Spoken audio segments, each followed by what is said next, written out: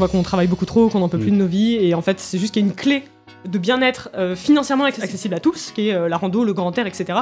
J'avais envie de le partager et de dire, mais les gars, vous savez que vous prenez un TER, vous prenez un train de nuit, et on peut vivre des choses incroyables près de chez soi. Je crois qu'Einstein, il dit, la folie, c'est de faire toujours la même chose et t'attendre un résultat différent. Et donc, on s'est aperçu qu'en fait, on parlait qu'entre nous. Et toi, du coup, t'as lâché tes activités précédentes. Après 5 ans d'entrepreneuriat, j'avais envie de me rouvrir des sujets un peu plus globaux et sociétaux. Et sur Parlons Climat, il y a l'ensemble de mes métiers, tu vois.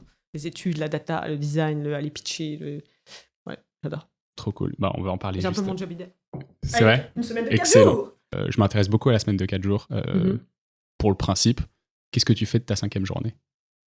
Alors, parfois, dans 30% des cas, je travaille le matin. Tout de même. Ensuite, j'aime bien partir vélo, faire des week-ends, etc. Et du coup, je book à l'avance en me disant, tu vois, là, t'as 3 jours et tu ne travailleras pas le vendredi parce que c'est vraiment un week-end. Mais j'avoue que j'ai mis du temps à m'y mettre. Parce qu'au début, je pense que pendant 6 mois, je me disais, mais il me manque une journée de travail. Tu vois, pour finir mon travail, tu sais, c'est comme les membres politiques que tu sens encore après. C'est exactement cette image-là. Je vois bien qu'il me manque une journée là. Je vais pas arriver à faire ce que j'ai à faire. Mais du coup, ça veut dire au début de ta semaine de 4 jours, tu t'es forcé à ne travailler que 4 jours et à te dire, ok, j'ai que ce temps-là, et même si c'est pas fini dans les 4 jours, c'est terminé, quoi. Au début, j'étais un petit peu en mode je veux faire mes preuves, je suis arrivée, il y avait une grosse étude à sortir, etc. Donc j'ai pas du tout compté mon temps. Mais après, j'ai commencé à le faire, ouais. Et je te dis, tu te cales des choses, tu vois, des week-ends où t'es pas là, etc. Et au moins, tu es obligé. Et ça te fait dire, tu es off, tu es en week-end. Qui est bizarre d'être en week-end après jeudi, quoi. C'est toi qui l'avais demandé ou c'est chez Parlons Climat que c'était instauré? Déjà, Lucas, quand il cherchait un associé, il l'avait mis dans l'annonce. Ok. Et on a tous les deux en commun d'être workaholic, de travailler énormément. On a beaucoup travaillé dans notre vie. On s'est dit, on est passé peut-être même à côté de pas mal de choses dans notre vie perso à cause du travail. On s'est cramé, etc. Et voilà, à 35 ans ou plus, on avait envie d'autre chose. Donc on était assez sûrs, nous, de pouvoir faire semaine de 4 jours, etc. Ok. Et là, on enregistre sur un jour off ou on enregistre sur un jour de travail? On enregistre sur un jour de travail. C'est le vendredi qu'on travaille pas. Okay. Mais il y a beaucoup de conférences et d'interventions qui sont le vendredi ou de réunions, tu vois, de collectifs. Et à ce moment-là, tu fais quoi du coup? Tu vas ou ouais. Tu dis pas genre non, je suis pas là le vendredi. Alors, si j'ai prévu une rando ou tu vois, si j'ai vraiment un week-end de prévu, je dis non, mais comme dans n'importe quelle entreprise où tu as posé ton jour off, on voit qui peut se remplacer, tu vois, mais régulièrement, il y en a qui font des interviews sur leur vendredi. Ça fait partie du truc. C'est quoi ton week-end de 3 jours préf? Partir à vélo. C'est à vélo du coup. Je viens d'arriver à Nantes, donc. Ouais, c'est ce que j'allais dire parce que quand tu me dis rando, je suis là. Nantes, rando, ça marche. Ah si, la Bretagne, ouais. Tu peux le sentir, mais moi je suis très vélo, donc mettre mon vélo dans le TER pour partir explorer ma nouvelle région qui est la Bretagne, c'est chouette quoi. Et effectivement, en fait, moi c'est pour ça que j'adore partir à l'aventure et que je partais en nature et que j'ai voulu le démocratiser via mon premier projet 2 jours pour vivre où je parlais de micro-aventure, partir 2-3 jours juste après le boulot, parce que ça me fait un bien fou et parce que je peux pas avoir d'ordinateur. Et parce que je prends pas de batterie externe et que, tu vois, je suis complètement wild. Et je peux pas, à la limite, je suis avec mes mails, mais je suis devant la montagne, si tu veux, je peux même pas y penser. Enfin, je regarde ça, ça me fait prendre une distance avec le travail qui est... alors que je suis stressée, tu vois, d'habitude, je réponds à tous mes mails, etc. Là, t'es dans la montagne, avec tes potes, ton mail semble très très loin de toi. Tu vois, et j'adore. Et quand je pars en vacances, c'est que finalement, je n'ai pas d'ordinateur. Tu peux me demander ce que tu veux, je suis 2 semaines à vélo, je n'ai pas d'ordinateur. Je ne peux pas faire. Bon, on va commencer cet épisode. Merci beaucoup pour cette introduction sur la semaine de 4 jours. J'adore.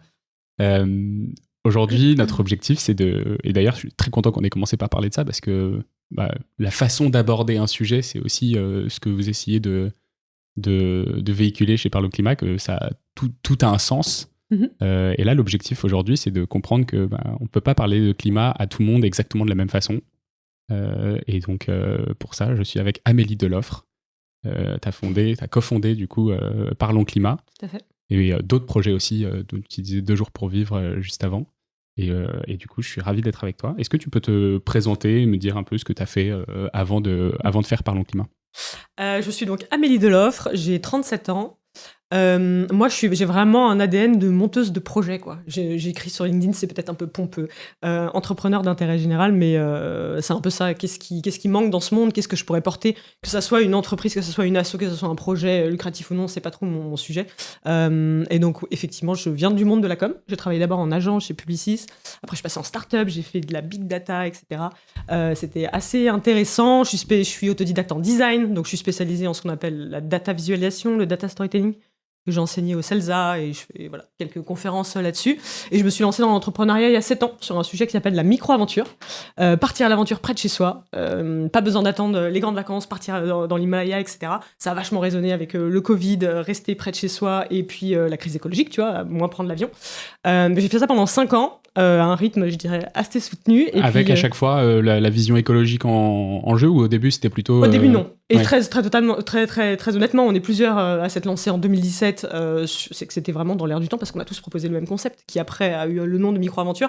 Donc c'était... c'est le truc de Chiloé, de Les Others, etc. Exactement. Et vous êtes lancés tous à peu près à ce moment-là. Et puis on s'est connus, tu vois. Et donc il y avait quelque chose de sous-jacent, de se reconnecter à la nature, de moins travailler, remise en cause des valeurs de la surconsommation, etc. Et quelle était ta question ? C'était sur la micro-aventure, ouais. Donc, c'était pour... Ah oui, est-ce que du coup, tu avais un... Est-ce que tu avais eu un objectif écolo au début quand tu t'es lancé? Moi, c'était vraiment, je veux que les gens soient bien et soient heureux, tu vois. Je vois qu'on travaille beaucoup trop, qu'on n'en peut plus de nos vies. Et en fait, c'est juste qu'il y a une clé de bien-être financièrement accessible à tous, qui est la rando, le grand air, etc. J'avais envie de le partager et de dire, mais les gars, vous savez que vous prenez un TER, vous prenez un train de nuit, vous êtes à l'autre bout, parce qu'on est parisiens, marseillais, lyonnais, et effectivement, c'est que pour les grands citadins, quoi. Et on peut, et qui peuvent payer le billet de train, n'oublions pas de le dire, et on peut vivre des choses incroyables près de chez soi. Et arrêtons de faire des city breaks à Berlin sur un aller-retour, ça sert à rien, c'est nul. Voilà. Donc, il fallait revaloriser, et ce qu'on a réussi tous collectivement à faire, je pense, en 7 ans, là, c'est de coulifier un peu la France, et voilà, que le Cotentin, le Césalier, l'Auvergne, on se dise, waouh, j'irais bien faire un week-end, ça devient le nouveau cool, tu vas faire bouger la norme sociale. Ok, et donc ça, c'était ton activité à plein temps, 2 jours pour vivre, pendant quelques années, pendant 5 ans. Ensuite, t'as fait 2 autres choses, t'as fait une autre chose avant Parlons Climat, du coup. Ouais, c'était simultanément. Moi, la même chose. Je superpose, qui est un collectif, Itinéraire Bis, où je regroupe justement mes pairs, créateurs de contenu, influenceurs, qui sont dans leur bulle un peu écolo. On parle tous de train, de montagne, de rando, de France. Pardon, j'ai oublié de dire beaucoup de journalistes également. Et on parle à nos pairs. On s'est regroupés pour pouvoir sortir de nos bulles et dire ok, on va aller voir les journalistes de TF1, de BFM, etc. en leur disant en fait, vous êtes prescripteurs, bien plus que nous, parce qu'on est dans mini-bulle écolo. Vous devez changer la représentation médiatique du voyage. Donc, moins de plages turquoises en plein hiver, ça n'a pas de sens. Moins d'avions. Regardez tout ce qu'on vous propose, parce qu'il n'y a pas beaucoup de journalistes spécialisés en fait dans les grandes rédactions, à part Le Figaro et Le Monde, tu vois. Le reste, c'est des journalistes un peu cross-sujet, donc ils connaissent pas forcément le voyage. Et donc, on les supplée et on leur donne des ressources, des angles, des photothèques, un lexique, un annuaire de contact pour faciliter la réalisation de reportages et d'articles. Et ça tourne encore? Ouais, ça tourne encore, mais c'est de longue haleine, je dirais. Tu vois, c'est une sorte de lobbying caché. Plaidoyer dans ce sens-là. De plaidoyer, tout à fait. Non, on est super bien référencé. On a fait tout un site avec des ressources qui est montré par tous les formateurs climat au sein des grandes rédactions, donc on est vraiment identifié. De Géo à TF1 à M6, tu vois, on est identifié. On a créé des premiers contacts avec les journalistes qui sont, tu vois, désireux. C'est quand même un pas de rencontrer les journalistes qui t'écoutent, qui répondent à tes mails. C'est quand même des gens méga sollicités. Et on a réussi ce premier pari en année 2, tu vois. Donc c'est quand même pas mal. Mais ça, en fait, l'objectif, c'est quoi? Ça veut dire, au moment où ils écrivent un article, ils viennent vous voir en disant est-ce que j'ai bien fait les choses, ou est-ce que c'est plutôt vous qui allez leur pousser les trucs en amont. D'accord. Alors après, s'ils peuvent le faire sans nous, on n'est pas du tout... Nous, on veut juste que les représentations médiatiques du voyage, elles changent pour que la désirabilité de rester en France du train augmente, tu vois. S'ils peuvent le faire tout seuls, tant mieux. Hein. C'est juste, nous, on se dit, si vous avez des besoins, on vous donne tout ce qu'on a, parce qu'on fait de la veille tout le temps, c'est nos milieux, on connaît par cœur. Si vous avez des besoins, aussi surtout de trouver des gens du jour au lendemain, ils nous appellent pour dire bonjour, je voudrais suivre quelqu'un qui se lance pour la première fois sur une voie verte en famille, est-ce que vous avez quelqu'un à me proposer pour que j'aille le suivre ce week-end? C'est challenger, tu vois. Donc on essaye de suppléer. Il y a un angle militant, tu vois, qui peut être fait par Quota Climat, etc. Et c'est super. Et on s'est demandé au début, est-ce qu'on est militant? Parce que beaucoup ont des engagements à l'intérieur du collectif. Et on s'est dit, en fait, viens, on prend un autre angle, tu vois, c'est déjà fait le militantisme. Tu vois, il y a Tolt en voyage qui était vachement militant à l'époque sur l'avion. Aujourd'hui, il a un tout petit peu changé. Et on s'est dit, en fait, il faut, comme des chiens de berger qui entourent le troupeau, il faut plein d'angles, tu vois. Et nous, effectivement, on s'est positionné en se disant, pair à pair, on est comme vous, on écrit, on crée des contenus, viens, on discute. Vraiment des pairs de métiers et on propose des solutions plutôt. Ok, c'est intéressant parce que en fait ça paraît, tu dis j'ai fait plein de trucs, j'ai monté plein de boîtes, etc. Mais j'ai l'impression qu'il y a une cohérence qui est très très forte parce qu'en fait finalement avec Itinéraire Bis tu essayes de parler de climat d'une façon que les journalistes peuvent, qui parlent aux journalistes, donc c'est déjà quelque chose qui va un peu dans ce que tu fais aujourd'hui. Oui. Est-ce que tu peux me parler un peu de Parlons Climat? de ce que vous faites. Parlons climat, donc on a un format asso, on est 3 pour le moment, et notre objectif, c'est d'engager plus largement les Français dans la transition écologique. On s'aperçoit qu'il y a 30% des Français aujourd'hui qui priorisent le sujet climat. Ça veut dire qu'ils en font leur top priorité pour le pays, juste que c'est un des 3 sujets très importants pour le pays. 30%, c'est super, c'est le job qui a été fait ces dernières années. On remercie les militants qui ont mis à l'agenda politique, les médias qui en ont beaucoup parlé, etc. C'est quand même beaucoup mieux couvert. Et surtout, moi, ce que j'avais en tête, c'est que pour qu'un sujet devienne complètement mainstream, il fallait qu'il y ait 5% d'une population ou d'un échantillon qui soit un peu convaincu. 30%, du coup, c'est monumental. Ça voudrait dire normalement que tout est réglé, quoi. Tu sais que ce chiffre du point de bascule, c'est dans la dernière newsletter, il est remis en question. Les fondements scientifiques étaient, il faut un point de bascule, 5% des gens convaincus pour que la société bascule, c'est scientifiquement remis en question. Okay. On n'est pas sûr que ça soit ça. En tout cas, 30%, ça suffit pas pour faire accepter des politiques publiques, tu vois. T'as vu, on a vu la taxe carbone, les gilets jaunes, etc. Donc non, alors je suis pas sûr que ce soit pour faire accepter les politiques. En revanche, c'est pour qu'un sujet devienne mainstream et complètement acceptable. C'est pas forcément pour que il puisse être pour que tout puisse être voté, quoi. Ah oui, non, pas que. Il y a les politiques publiques, il y a effectivement la désirabilité, il y a le changement de pratique individuelle, il y a plein de leviers. Ou s'engager dans un mouvement social, tu vois. Je pense qu'il y a plein de clés. En tout cas, voilà, 30%, ça suffit pas. Et on s'aperçoit ça stagne, tu vois, dans les chiffres, cet engagement. Et on s'est dit, OK, en fait, on s'est aperçu que si on parle toujours de la même manière, on arrive toujours au même résultat. Tu vois, je crois qu'Einstein, il dit la folie, c'est de faire toujours la même chose et d'attendre un résultat différent. Et donc, on s'est aperçu qu'en fait, on parlait qu'entre nous. C'était le constat, et je pense qu'il a été aujourd'hui accepté au bout de 2 ans de travail chez les militants, notamment parce que c'était vraiment notre première sphère de travail et de partenariat, les ONG, etc. En gros, il y a quand même que des militants très à gauche dans les organisations, et du coup, forcément, ça se traduit dans ton langage, dans le choix des mots, et on n'en avait pas forcément, conscience, et du coup, ça parle qu'à une petite partie de la population.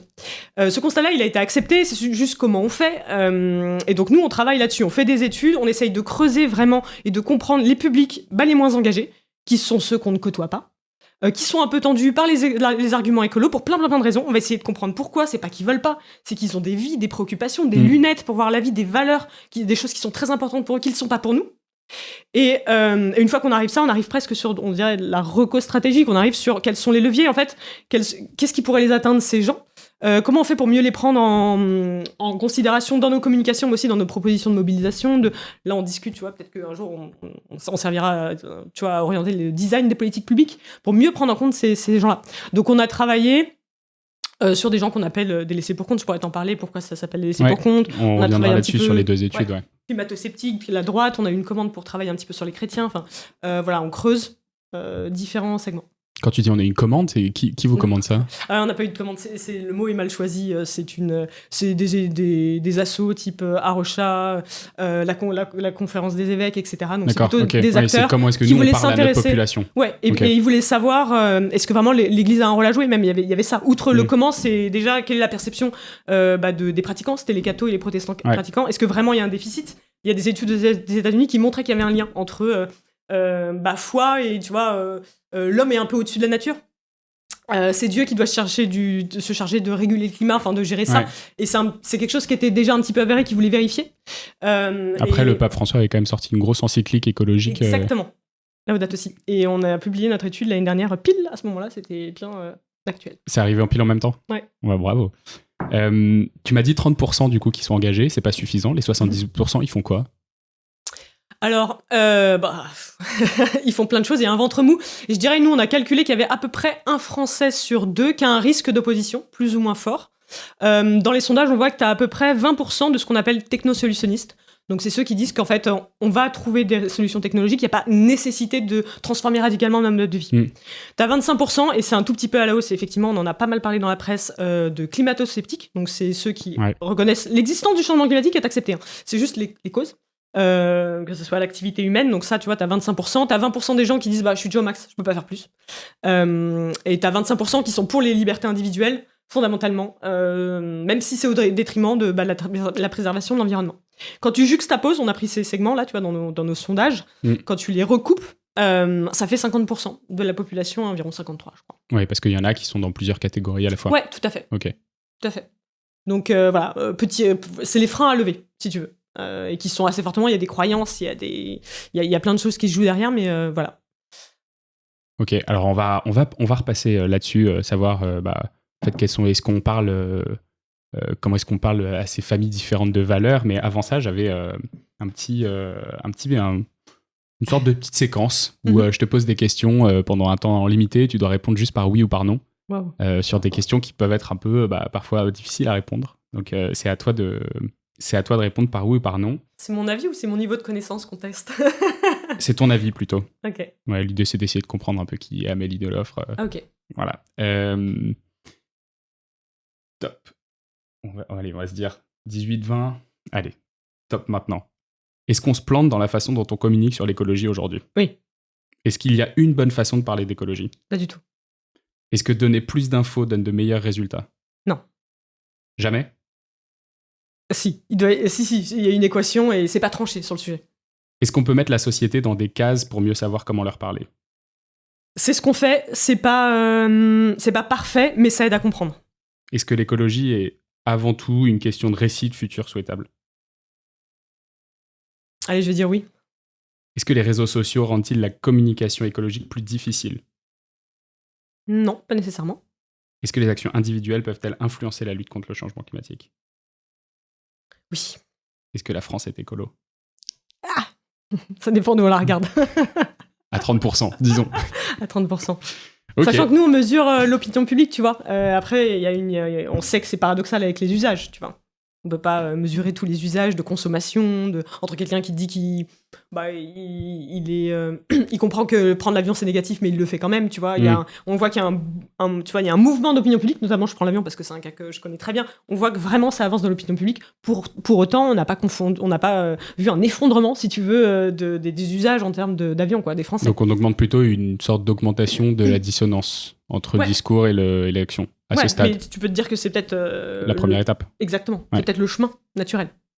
Ok. Donc tu disais tout à l'heure, on avait à peu près 50%, avant qu'on repasse sur cette séquence, tu disais qu'on avait à peu près 50% du coup de la population qui était dans une sorte d'opposition. Ouais. Est-ce que c'est ça ce que tu appelles des familles de valeurs ou pas du tout? Pas du tout. Les familles de valeurs, c'est une segmentation qui n'est pas la nôtre. C'est un think tank qui s'appelle More in Common, donc c'est Destin commun en français, qui a créé cette segmentation de valeurs. En fait, c'est né, je crois, pendant le passage de Trump et le Brexit. Les analystes, d'habitude, on fait des analystes avec des critères sociodémographiques. On regarde les jeunes, les vieux, comment ils ont voté, ceux qui votent pour la gauche, c'est ce qu'on a fait avec Salomé Saké, qui a écrit un bouquin sur les jeunes. Ouais. Non, mais c'est pas faux. C'est juste que nous, on prend une autre grille de lecture. On peut pas, en fait, on s'est aperçu, et notamment pour ces phénomènes-là, et nous pour le climat, que c'était trop restreint. Ça n'expliquait pas tout. C'est pas que un clivage intergénérationnel, c'est pas que hommes-femmes, c'est pas que les riches et les pauvres. Même s'il y a des trucs qui corrèlent plus, le niveau de vie et le vote politique sont quand même des marqueurs assez importants du rapport au climat. Et donc, c'est ce principe de segmentation, de se dire, OK, on va interroger plutôt les valeurs des Français. C'est vraiment une segmentation psychosociale. Et donc, c'est des scientifiques qui ont planché là-dessus. Ils ont posé 70 questions de psychosocial, avec des questions telles que qu'est-ce qui est important comme valeur à transmettre à vos enfants? Est-ce que le monde va dans la bonne direction ou dans la mauvaise direction? Est-ce que vous êtes positif, défaitiste, etc. C'est que des questions comme ça. Et ça a donné donc une segmentation avec 6 familles de valeurs, ce qu'on appelle. Et donc, nous, on l'utilise. C'est un outil. Et donc, il y a 6 catégories. Il y a les militants désabusés, les stabilisateurs, les libéraux optimistes, les laissés pour compte, sur lesquels on a fait une étude, les identitaires et les attentistes. Et donc nous, on l'utilise pour la plupart de nos sondages, ce qui nous permet après, si tu veux, de faire des recoupements. On va faire un sondage sur, je sais pas, les transports, un autre sur commerce international, et puis on a d'autres organisations aussi comme nous qui travaillent et qui utilisent cette même segmentation, ce qui nous permet après de refaire, tu vois, des recoupes inter-thématiques. Alors, est-ce qu'on peut refaire un peu les catégories pour essayer de voir un peu ce que ça vaut? Les militants désabusés, donc c'est le segment quand même le plus étroit, je crois qu'on entend militants désabusés, donc c'est des gens qui sont à gauche, qui sont très engagés, c'est le segment le plus engagé, qui sont désabusés parce qu'effectivement ils ont une vision un peu pessimiste de ce qui va arriver, quoi. Ouais. C'est ceux qui sont engagés pour le climat, quoi. C'est les écolos, on va dire. Okay. Les militants désabusés. Ensuite, tu as les stabilisateurs. Les stabilisateurs, c'est un segment qui est un peu plus âgé, qui est plus propriétaire, qui a un peu plus d'argent. C'est ceux qui donnent, d'ailleurs, aux assos. Ils sont pour l'ordre social, enfin, pour la cohésion sociale, c'est très important. Donc, tu vois, les inégalités, ça les touche beaucoup. Mais si tu veux les mobiliser, par exemple, la radicalité, ça marchera pas. Parce que la cohésion sociale, faut pas faire de bulles, tu vois. Pas faire de vagues. T'as les libéraux optimistes. Les libéraux optimistes, ils sont caractérisés vraiment par un très fort optimisme sur le monde va bien. Enfin, ira bien. Et on s'en sortira. Beaucoup de technosolutionnistes ou... Ouais.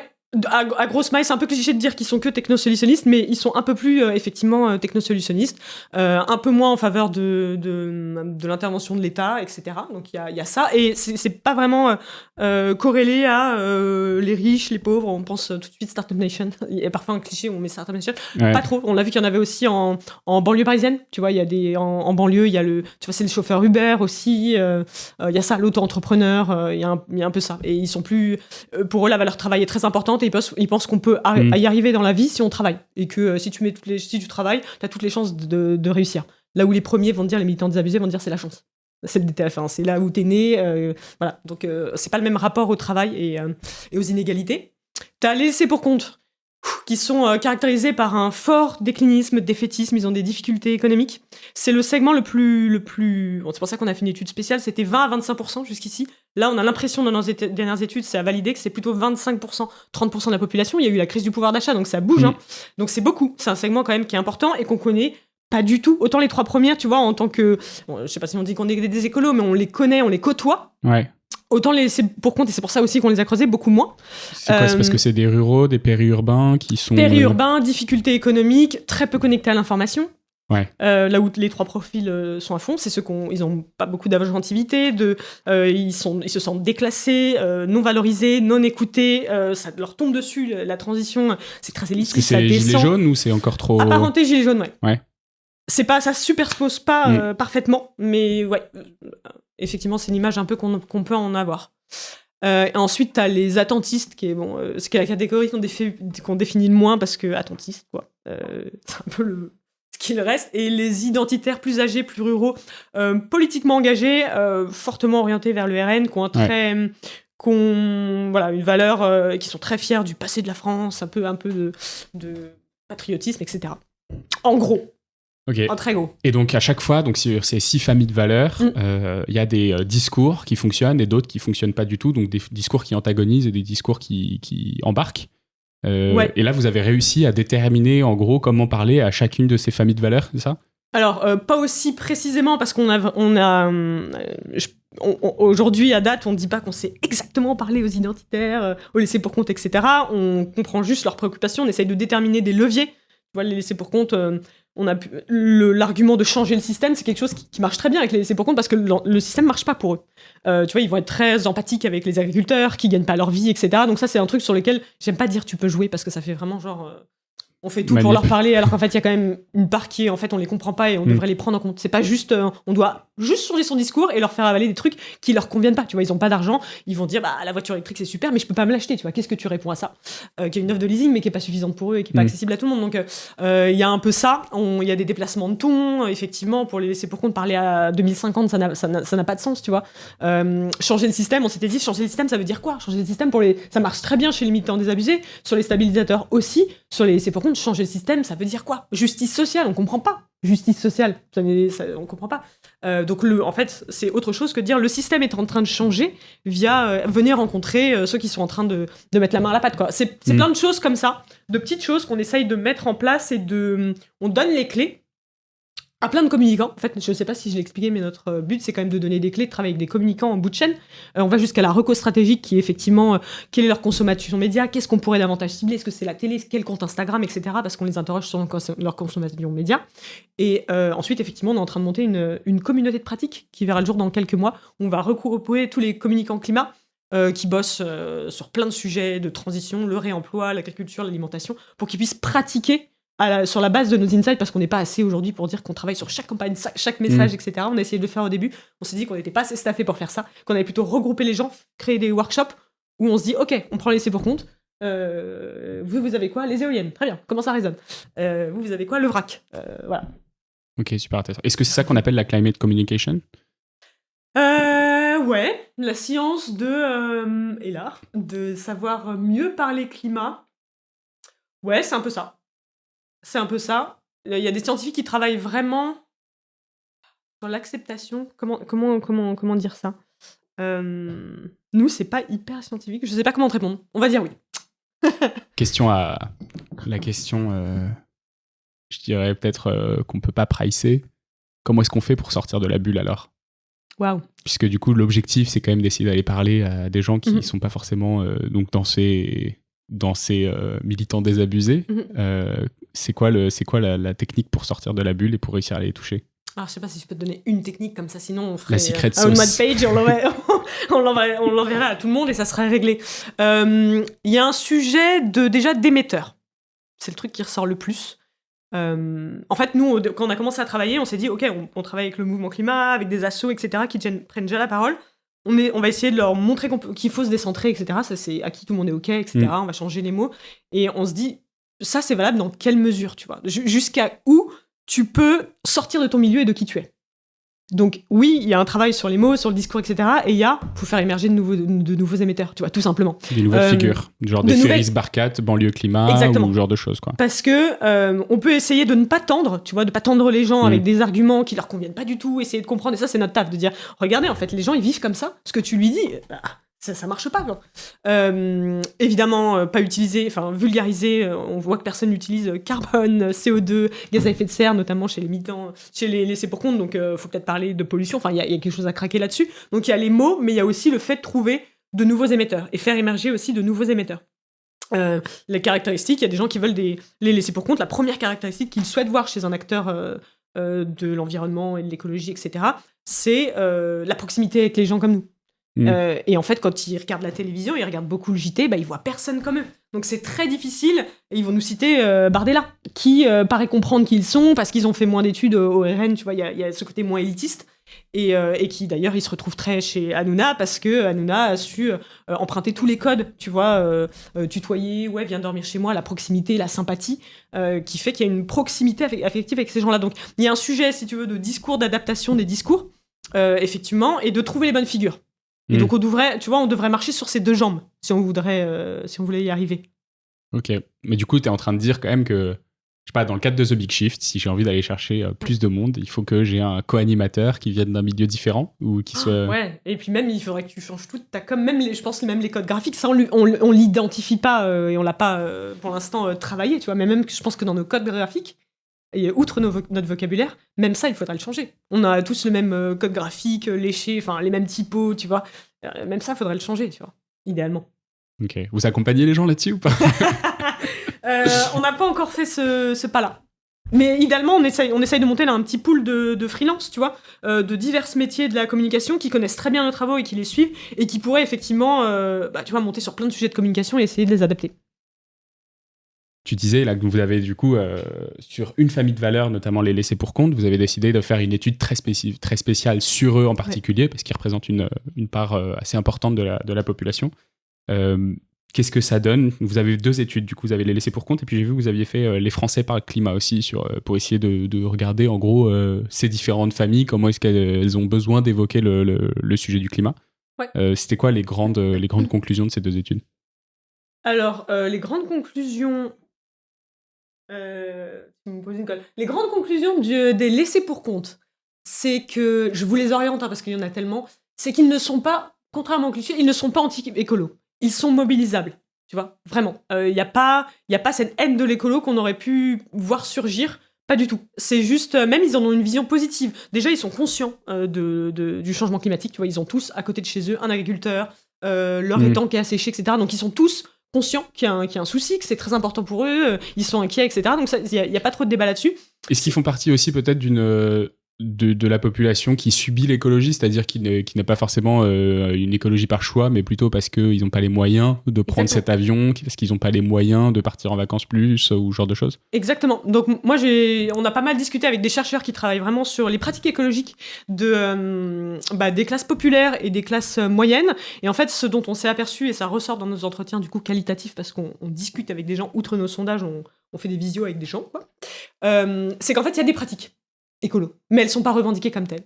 C'est du civisme, c'est quelque chose qui est vachement intégré, c'est la débrouille. En fait, on parle de débrouille, et en fait, là où non, on va mettre des mots, la ressourcerie, de seconde main, le réemploi. En fait, ils le font depuis toujours, tu vois. Ils réparent, parce qu'effectivement, il y a des difficultés, soit financières, soit quand t'es rural, t'as une autre approche, tu vois, outre la voiture, un mode de vie un peu plus sobre, de l'aide entre les voisins, etc. Et ça, c'est des pratiques en fait qui sont écolos et qui ne sont pas revendiquées et qui ne sont même pas reconnues par nous, entre guillemets, les écolos, tu vois. Donc on va arriver avec des trucs très descendants de il faut, et en plus la voiture c'est vraiment le truc le plus sensible, tu vois. Alors qu'en fait, ils font peut-être par ailleurs déjà leur part par rapport à des citadins qui commenceraient à trier, effectivement, à acheter de seconde main, alors qu'eux le font depuis toujours, tu vois. C'est presque... ils ont intégré ça depuis leur enfance, c'est une manière d'être, c'est une manière de faire, quoi. C'est un mode de vie une écologie pragmatique, quoi, du quotidien. Ça ne reviendrait jamais à l'esprit de dire qu'ils sont écolos pour ça, jamais. Alors que nous, on va acheter de seconde main, on a dit, t'as vu mon vélo, là, je l'ai pas acheté neuf, j'étais à la ressourcerie, je suis écolo. Enfin, je suis pas écolo, mais enfin, voilà. Ouais. Tu vois. Donc ça, c'est aussi intéressant...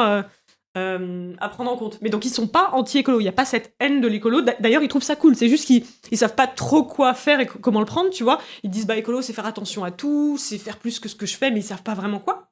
Mais ils ont tous un référent, un voisin, un ami qui a fait quelque chose pour économiser les panneaux solaires, économiser de l'eau, etc. Ils trouvent ça bien, juste ils s'en sentent pas capables, tu vois. Donc, il y a quand même...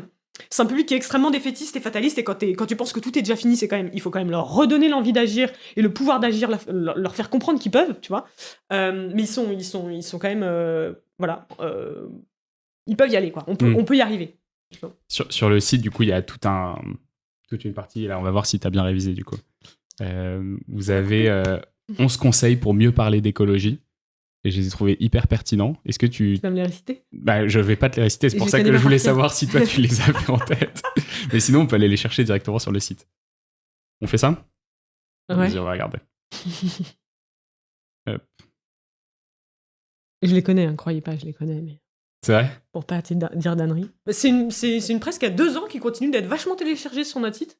Donc on est assez surpris, mais elle vit un peu seule, on la présente moins. Enfin, tu vois, les gens la téléchargent. Et on l'a essayé de la faire assez claire, je crois, parce que c'est vraiment, on se conseille, c'est assez light. Bah, c'est sur parlonsclimat.org, du coup. Mais on la présente assez peu, du coup. Elle vit toute seule. Je les ai. C'est moi qui l'ai dit ou c'est toi ? Vas-y. Non, mais attends.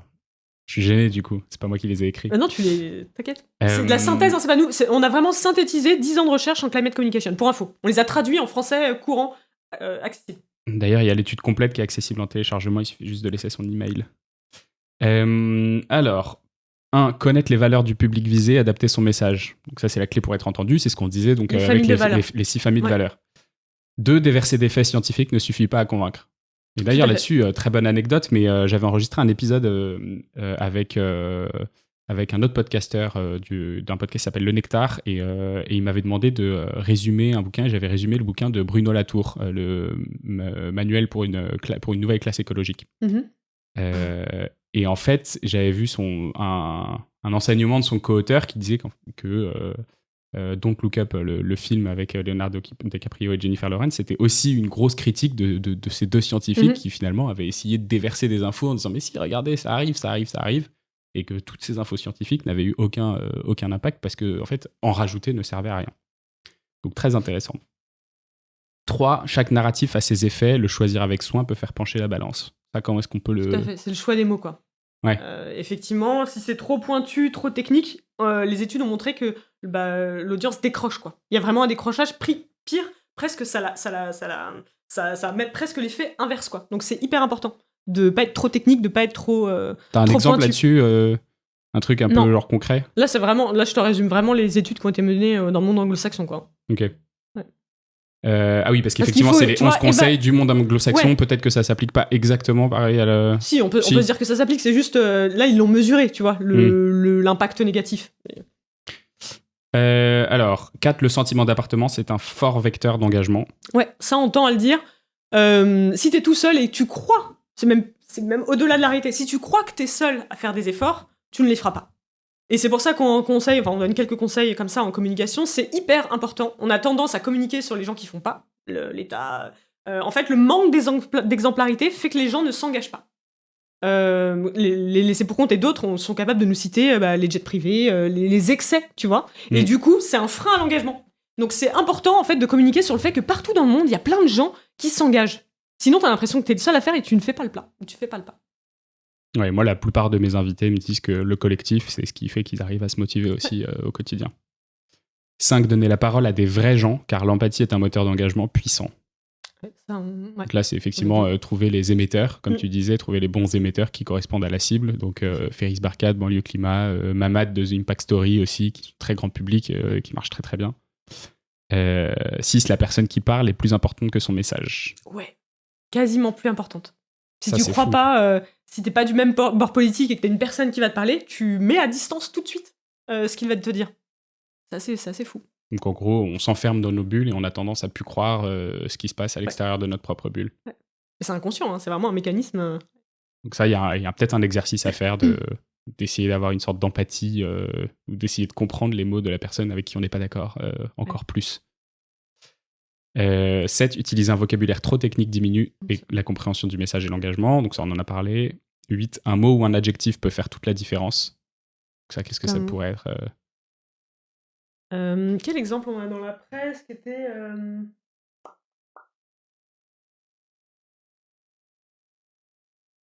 Oui, tu vois, les adjectifs, tout ce qui est très très très alarmiste, très très fort.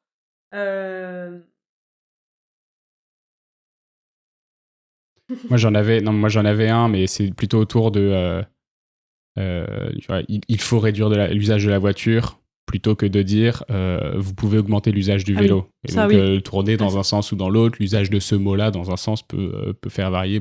C'est peut-être du nudge, mais du coup c'est effectivement il y a un sens qui est très différent là-dedans, quoi. Ouais. Je sais pas, c'est combien? C'est le conseil numéro combien? C'est 8. Ok, je sais pas si mais il y a un autre exemple, je sais pas si c'est ce conseil-là sur lequel on a, mais on se demande vachement s'il faut être dans le constat alarmiste et vraiment dire ce qu'il en est, tu vois, avec bougez-vous, enfin la maison brûle, on voit des choses comme ça assez fortes, tu vois, pour réveiller les gens, ou être dans la solution mais qui est trop positive, tu vois. Donc t'as du négatif, trop positif, il y a un débat sur ce que ça peut causer, bah oui, mais des solutions, les gens se bougent pas. Et effectivement, la science, du coup, n'a pas tranché. On a montré que si on est trop alarmiste, on arrive à engager quand même une partie de la population qui a un sursaut et qui se dit « Waouh, faut se bouger ». Il y en a une autre que ça met en retrait total.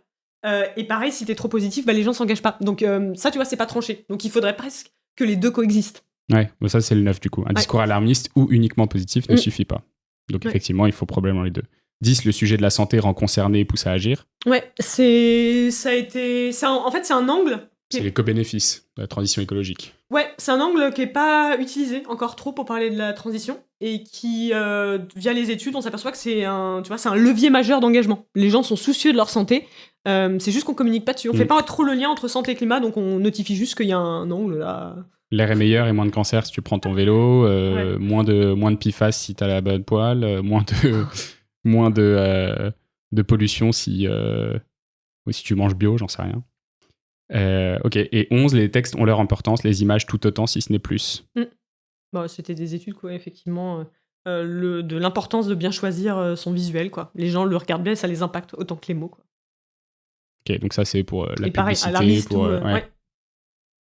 Voilà, bah écoute, hyper intéressant ces 11 points. Vous pouvez les retrouver du coup sur le site de parlonsclimat.org.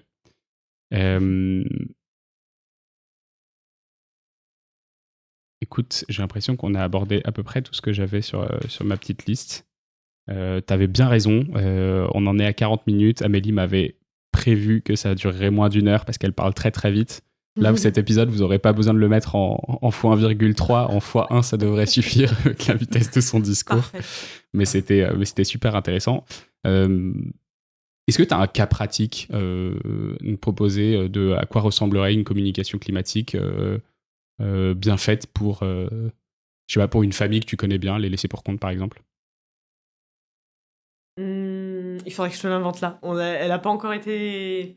On l'a pas encore mis en œuvre, et c'est pas nous, hein. Nous on fait ça pour que les organisations, les assos, les émetteurs, les journalistes, l'ADEME, enfin on présente tout ça si tu veux. Utilise les bons visuels, le gouvernement, etc. Puissent s'y mettre. Notre regard, il est quand même encore assez récente là-dessus. Donc on n'a pas tellement de cas pratiques, on est au tout début. Faut comprendre qu'en fait on fait de la recherche, hein, et on cherche avec les gens. Si tu veux, nous on n'a pas de clients, on n'est que des partenaires. On va voir effectivement l'ADEME, le gouvernement, tous les communicants, quoi, et on se dit comment on fait pour nous sortir de nos bulles. Donc nous on arrive avec notre casquette, on dit voilà, on a des insights, on vous donne au maximum, on croit qu'on a ça comme piste, allez-y, go, saisissez-en vous. Et du coup il y a toute une partie de Parlons Climat, une première partie où on a fait de la formation, tu vois. Donc là on est au step année 2, où on s'est dit ok, on n'a plus besoin de délivrer de justifier de ce constat de la nécessité, si tu veux, de parler différemment, c'est trop chouette. Les gens écoutent nos recos, c'est trop chouette, on peut les présenter aux journalistes, etc. Tout le monde est un petit peu convaincu. step d'après, comment on met tous globalement en œuvre ça, quoi. Et on cherche. On n'a pas du tout la science infuse. On peut pas arriver et dire, voilà, c'est comme ça. Viens, je te fais un slogan, laissez pour compte. Tiens, tu veux un slogan identitaire ? Et on a créé une agence de pub, tu vois. Limite, on va travailler avec les pubards pour qu'ils nous disent, tu vois, qu'on travaille main dans la main en se disant comment on l'adapte, quoi. Ouais. Et ça sera, effectivement, ça c'est ce qui va advenir après. On a hâte de voir. Il faut nous voir vraiment comme un. Ouais, c'est un tremplin. C'est un tremplin, quoi. On cherche tout le temps, on fait quelque chose qui est un petit peu nouveau, tu vois. On n'a pas trop d'équivalent en France, parce que pour le coup, dans le monde anglo-saxon, on a discuté avec Canada, UK, US, où il y a des structures similaires à la nôtre qui font à peu près la même chose avec beaucoup plus d'argent et beaucoup plus de ressources. Et effectivement, tu vois, même eux, sur 2-3 ans, ils ont réussi à mettre 3 campagnes sur pied, tu vois, alors qu'ils sont 6. Et donc on se dit, waouh, ça va prendre vachement de temps. Nous, on s'est dit, on va former, on va faire de la campagne. On était là, on a attendu pendant 1 an de se dire, quand est-ce qu'on fait une grosse campagne, là ? Qui c'est qui vient nous voir ? Quel organe ? Quels sont les militants ? On va déployer une stratégie. Et en fait, on s'aperçoit que c'est vachement du temps long. C'est de l'acculturation, tu vois, rien que faire passer nos idées, que ça soit intégré dans les stratégies de boîte, ça l'est chez Greenpeace, etc. C'est super chez nous, et dans des mouvements sociaux, mais ça prend du temps. C'est un changement de culture, si tu veux. Changement culturel. Mais c'est fou, parce que en fait, quand tu y penses, c'est logique. Dans la pub, on fait ça depuis des années et des années, de se dire qu'on ne s'adresse pas de la même façon à n'importe quel segment, n'importe quelle cible de la population, de la même façon. Et donc, je trouve ça fou qu'on ne se soit pas dit ces dernières années, tiens, bah, en fait, dans la communication climatique, évidemment qu'il y a aussi des segments de population à toucher différemment, quoi. Je sais pas si tu as travaillé du coup en agence de pub. Moi, je suis pas certaine que ce soit aussi bien fait que ça, hein, parce que t'as pas le temps. Les clients ils payent plus trop pour du quali en amont, etc. Parce que ça te rajoute quand même pas mal de frais. Et du coup, on est vachement sur les jeunes, les vieux, faits par des créatifs et des directeurs conseils qui sont eux-mêmes un peu déconnectés de la. Donc on est sur. Je ne suis pas certaine qu'il y ait une vraie réflexion sur comment les jeunes parlent, est-ce que c'est le bon mot, etc. Tu vois.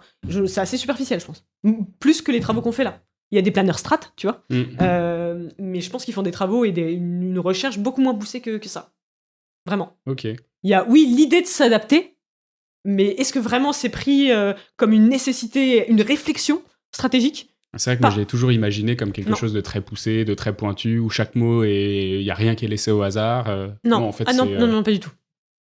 Ok. Je crois pas. Donc ça, c'est ton expérience dans la pub qui te dit ça. Ouais, mon feeling et les gens que je connais, enfin, mon diagnostic personnel, je crois plutôt à ça, ouais.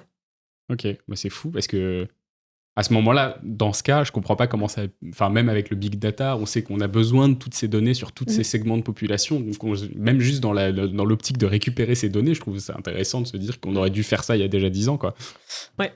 Et je te dis, après, le prochain défi, c'est d'arriver, une fois qu'on a compris, de se dire, ah, c'est nécessaire, c'est comment on fait.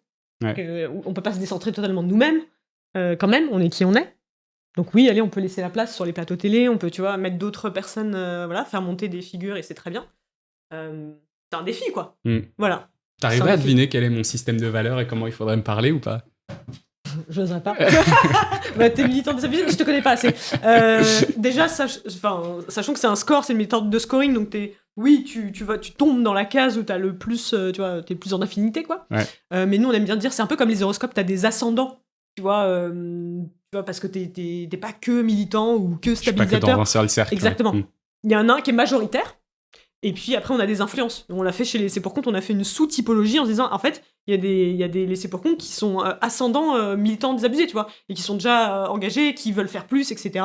Donc, non. Voilà. Ça, c'est hyper intéressant, ce recoupement de cercles. Ouais. Je donne ça comme exemple. Les ascendants de l'horoscope. Tu vois. Okay. Et de pouvoir. On le dit pas trop parce qu'on a essayé de ramasser pour dire les laissés pour compte sont plutôt comme ça, on a essayé d'en faire une base un peu homogène, et en fait, après, quand tu regardes dans le détail, on s'est dit qu'on avait 4 profils assez différents. Des gens qui sont totalement largués, qui veulent faire, mais qui ils demandent à la mairie, j'ai bien vous avez fait une action de ramassage des déchets, est-ce que vous pouvez m'en proposer une autre ? Mais eux ne se sentiraient pas du tout. Et ils te disent, texto, je ne sais, j'ai besoin d'accompagnement, j'aimerais des conseils. Ouais. Tu vois, il y en a une partie qui en a pas trop rien à faire, et il y en a une partie qui est complètement un peu larguée, effectivement, pour le coup, qui saisit pas les enjeux, qui est vraiment qui a lâché l'affaire. Tu connais le MBTI Ouais. C'est un peu ça, en fait, que vous êtes en train de recréer, une sorte de test de personnalité, MBTI, ou je sais pas comment, une sorte de test de personnalité de quel écolo êtes-vous, finalement. Ouais. Ça fait longtemps que j'ai envie d'intégrer ça à mon site web. Je serais ravi qu'on fasse un truc comme ça ensemble. Quel écolo êtes-vous, et du coup, quelle action il faut que vous fassiez pour vous sentir mieux, quoi. Ah ouais. Ce serait hyper cool. Ouais. Bah écoute, trop bien. Merci beaucoup Amélie, c'était un super moment. Ça fait quand même 45 minutes qu'on enregistre. Ah bah tu vois, j'ai brodé. Finalement, on y arrive. Voilà, vous avez vu, on a essayé de meubler. J'espère que c'était pas mal pour vous. C'était très intéressant pour moi. Si vous êtes encore là, c'est que vous êtes notre auditeur préféré. N'hésitez surtout pas à laisser 5 étoiles sur Apple Podcast, sur Spotify, sur votre plateforme d'écoute. À mettre un commentaire aussi, ça nous aide énormément à progresser. Merci beaucoup Amélie. Avec plaisir. Et puis moi, je vous retrouve d'ici une dizaine de jours. À très bientôt.